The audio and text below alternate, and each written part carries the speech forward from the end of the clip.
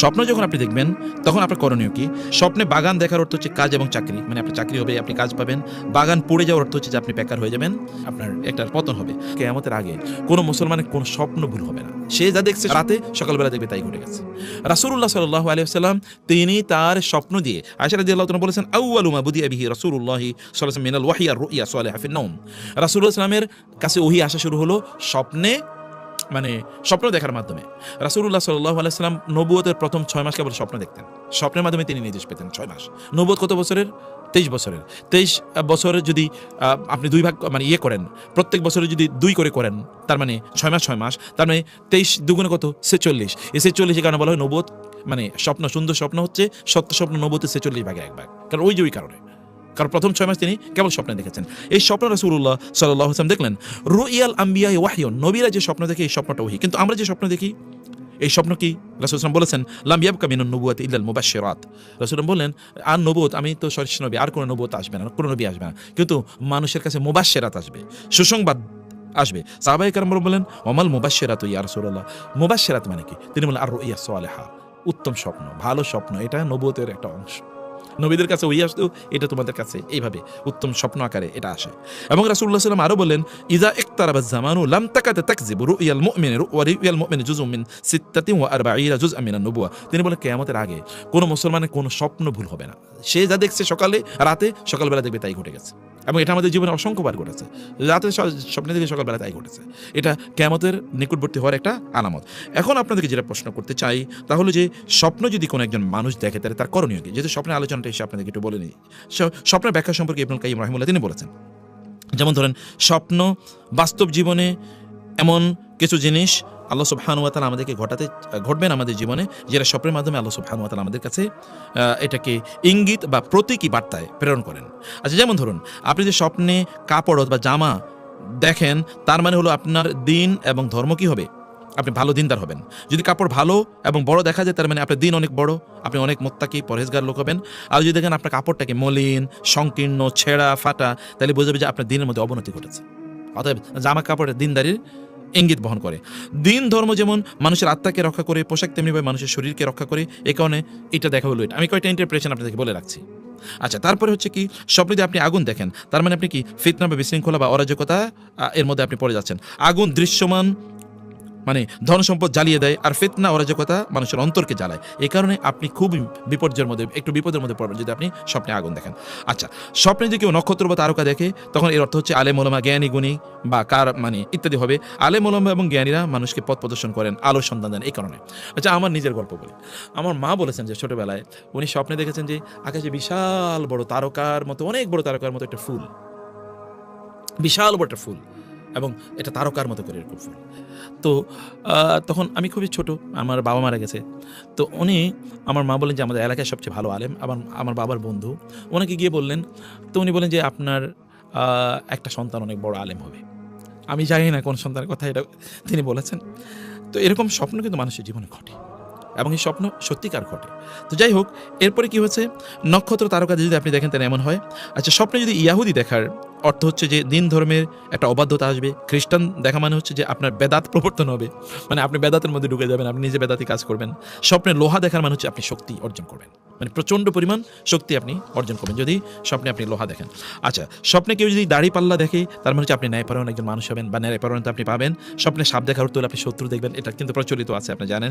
স্বপ্নে যদি আপনি নিচে পড়ে যেতে দেখেন, তাহলে বুঝবেন যে আপনার অবনতি হচ্ছে। আর যদি দেখেন আপনি উপরে উঠছেন, তাহলে আপনি অনেক উপরে উঠবেন, অনেক উপরে উঠবেন।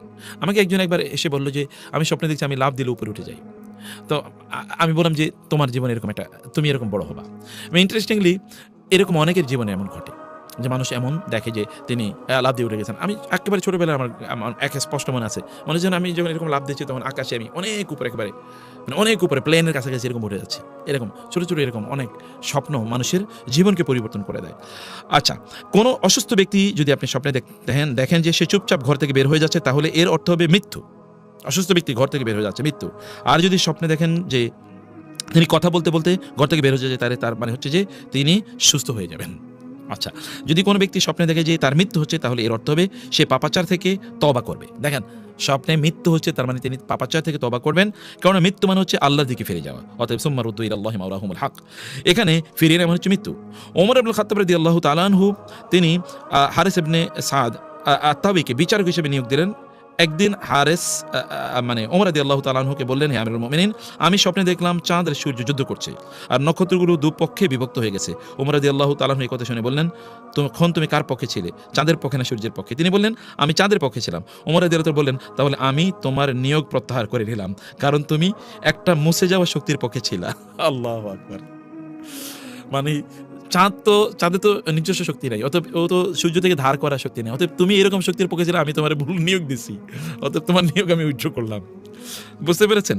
এখানে এরপরে তিনি কোরআন আয়াত মানে উল্লেখ করলেন, ওয়াজআলনা আল-লাইলা ওয়ান-নাহারা আয়াতাইন ফামাহাউনা আয়াতাল লাইল ওয়াজআলনা আয়াতান নাহারি মুবসিরাতান। তিনি বললেন, আল্লাহ তাআলা বলেছেন, আমি দিন এবং রাতকে আমি কি করেছি, তোমাদের জন্য নিদর্শন হিসেবে পাঠিয়েছি। অতঃপর আমি রাতকে মুছে দেই, আমি দিনকে নিয়ে আসি তোমাদের জন্য সবকিছু দেখার জন্য। অতএব রাতে চাঁদ উদিত হয়, এটা দুর্বলতার লক্ষণ, দিনে সূর্য উদিত এটা শক্তির লক্ষণ, অথবা আমি এটা করলাম। এইভাবে আর তুমি একটা বিভ্রান্তিতে নিহত হবে, এটাই বলেছেন। এবং সত্যিকার অর্থে পরবর্তী তিনি সিফিনের যুদ্ধে তিনি শাহাদাত বরণ করেন। স্বপ্নে বাগান দেখার অর্থ হচ্ছে কাজ এবং চাকরি, মানে আপনার চাকরি হবে, আপনি কাজ পাবেন। বাগান পুড়ে যাওয়ার অর্থ হচ্ছে যে আপনি বেকার হয়ে যাবেন এবং হবে আপনার কি বলে একটার পতন হবে। তাহলে বোঝা যাচ্ছে স্বপ্নের কিছু ইঙ্গিত কেবল আমি আপনাদেরকে দিলাম যে স্বপ্ন কি হতে পারে। ইব্রাহিম আলাইহিস সালাম স্বপ্নে দেখেছেন, সেই প্রেক্ষাপটে আমি একটু সুযোগ নিলাম কয়েকটা জিনিস একটু বলার জন্য। এখন প্রশ্ন যে স্বপ্ন যদি আপনি দেখেন তাহলে করবেন কি? স্বপ্ন যখন আপনি দেখবেন তখন আপনার করণীয় কি, এটা তা কয়েকটা হাদিস আমি এখানে উল্লেখ করছি। হাদিসগুলো আমি কেবল অনুবাদ বলি, কারণ আরবিটা বলতে গেলে সময় লেগে যাবে। রাসূল সাল্লাল্লাহু আলাইহি ওয়াসাল্লাম বলেছেন, যখন তোমাদের কেউ স্বপ্নে দেখে সে যা পছন্দ করে, তাহলে জানবে যে তা আল্লাহর পক্ষ থেকে এসেছে। যখন সে স্বপ্ন দেখে যে আল্লাহ তাআলার, এরকম কোনো স্বপ্ন দেখার পর সে যেন আল্লাহর প্রশংসা করে এবং অন্যদের কাছে তা বলে। আর যদি স্বপ্নে অপছন্দের কিছু জিনিস দেখে, তাহলে বুঝে নেবে এটা শয়তানের পক্ষ থেকে এসেছে এবং সে শয়তানের ক্ষতি থেকে আল্লাহ তাআলার কাছে আশ্রয় প্রার্থনা করবে এবং এই স্বপ্নের কথা কাউকে বলবে না, কারণ খারাপ স্বপ্ন তার কোনো ক্ষতি করতে পারবে না। খুবই গুরুত্বপূর্ণ। আপনি ভালো স্বপ্ন দেখলে কি করবেন? আল্লাহর শুকর আদায় করবেন। আপনি কাউকে বলতে পারেন, কোনো প্রবলেম নাই, কোনো প্রবলেম নাই। কিন্তু এমন লোকের বলবেন যিনি স্বপ্ন বুঝেন। কেউ আপনাকে নিয়ে যদি হিংসা করে, এরকম লোকের বললে ওই ইউসুফ আলাইহিস সালামের ভাইদের মতো ঘটনা ঘটবে। ইউসুফ আলাইহিস সালাম বলেছেন না ভাইদেরকে যে আমি এরকম স্বপ্নে দেখেছি, তখন ভাইরা তো বুঝতে পেরেছে উনি তো নবী হবেন এবং তারা তাকে হত্যা করতে কূপে নিক্ষেপ করে ফেলেছিল। অতএব আপনি বলবেন কোনো দিনদার ভালো মানুষের কাছে বলবেন, বলবেন না এরকম না, বলবেন দিনদার ভালো মানুষের কাছে বলবেন। তিনি তখন একটাকে ভালো ইন্টারপ্রিটেশন দেবেন, যেই ইন্টারপ্রিটেশন দেবেন আপনার জীবন তাই ঘটবে। আচ্ছা, 2 নম্বর জিনিস আমি বলছি, তাহলে যে যদি আপনি খারাপ কিছু দেখেন তাহলে আপনি কাউকে বলবেন না। কাউকে বললে আপনি যা বলবেন তাই, মানে আপনি বলবেন এবং উনি যা ইন্টারপ্রিটেশন করবে তাই করবে। আর যদি আপনি কিচ্ছু না বলেন, বরং আল্লাহর কাছে আপনি আশ্রয় চান, তাহলে আল্লাহ তাআলা আপনাকে এই বিপদ থেকে বাঁচাবেন। রাসূলুল্লাহ সাল্লাল্লাহু আলাইহি ওয়াসাল্লামের কাছে একজন নারী আসলেন, এসে বলেন, ইয়া রাসূলুল্লাহ, সবাই যুদ্ধ থেকে ফিরে এসে আমার স্বামী আসে নাই। রাসূল বলেন, কোনো প্রবলেম নেই, ফিরে আসবে। এবং তিনি সত্যি ফিরে এসেছেন। এরকম 3 বার ঘটেছে। চতুর্থবার তার স্বামী যুদ্ধে গিয়েছেন আর ফিরে আসেন নাই। তো তিনি রাসূলের কাছে আসলেন। আয়েশা রাদিয়াল্লাহু তাআলা আনহা তখন ঘরে, রাসূল নাই। তো আয়েশা রাদিয়াল্লাহু তাআলা তাকে জিজ্ঞেস করেন, কেন এসেছো? তিনি বলেন, এই উদ্দেশ্যে এসেছি। তো বলে যে তোমার স্বামী তো তাহলে মারা গেছে যুদ্ধের ময়দানে। এবং কিছুক্ষণ পরে সত্যি সংবাদ এসে তার স্বামী মারা গেছে। এর মধ্যে রাসূল সাল্লাল্লাহু আলাইহি ওয়াসাল্লাম আসার পরে আয়েশা রাদিয়াল্লাহু তাআলা বলেন, ইয়া রাসূলুল্লাহ, একটা ঘটনা ঘটছে। কি? বলে, এরকম একজন নারী এসেছিলেন আপনার কাছে, আমি তাকে জিজ্ঞেস করছিলাম তার স্বামীর কি অবস্থা, মানে সে আমাকে বলেন তার স্বামীর কি অবস্থা জানার জন্য। আমি তাকে জানার পর বললাম, মনে হয় সে মারা গেছে। এরকম অবস্থা। কারণ স্বপ্নে সে মানে যা দেখেছে স্বপ্নের ব্যাখ্যা, সে এটা স্বপ্নের ব্যাখ্যা যে যুদ্ধের ময়দান থেকে তার স্বামী ফিরে আসে নাই, এটা সে স্বপ্নে দেখেছে। তো যুদ্ধের ময়দানে তার স্বামী ফিরে আসে নাই, কেউ বলছে যে স্বামী মারা গেছে, এরকম স্বপ্ন। তো 3 বার রাসূল বলেছে, না এটা ঠিক না, তোমার স্বামী ফিরে আসবে। এবং চতুর্থবার রাসূলকে না পেয়ে আয়েশা রাদিয়াল্লাহু বলেন যে না, সে তো তাহলে মারা গেছে, তুমি তো খারাপ স্বপ্ন দেখেছো, সে তো মারা গেছে যুদ্ধের ময়দানে। এবং সত্যি পরে তার লাশ চলে এসেছে। রাসূল সাল্লাল্লাহু আয়েশার কাছ থেকে শোনার পরে বললেন, তুমি এইরকম ইন্টারপ্রিটেশন দিলা কেন?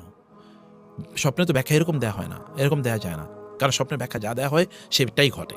অতএব স্বপ্নের ব্যাখ্যা যিনি জানেন এমন ভালো মানুষের কাছে আপনারা স্বপ্নের কথা বলবেন। সুন্দর স্বপ্ন আল্লাহ তাআলার পক্ষ থেকে হয়ে থাকে, আর খারাপ স্বপ্ন শয়তানের পক্ষ থেকে হয়ে থাকে। কেউ স্বপ্নে খারাপ কিছু দেখলে বাম পাশে 3 বার থু করবে। আপনি স্বপ্নে খারাপ কিছু দেখেছেন, বাম পাশে, আপনি যেদিকেই ডান কাত হয়তো আমরা শুই, ডান দিকে আপনি 3 বার থু ফেলে তারপরে আপনি কি বলবেন, আউযু বিল্লাহি মিনাশ শাইতানির রাজিম। তাইলে এই স্বপ্ন আপনার কোনো ক্ষতি করতে পারবে না।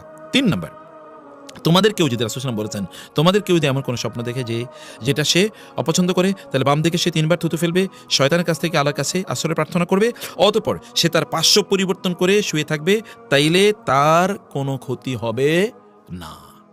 তাহলে স্বপ্নের বিষয়ে আমি কিছু আইডিয়া আপনাদেরকে দিয়ে দিলাম।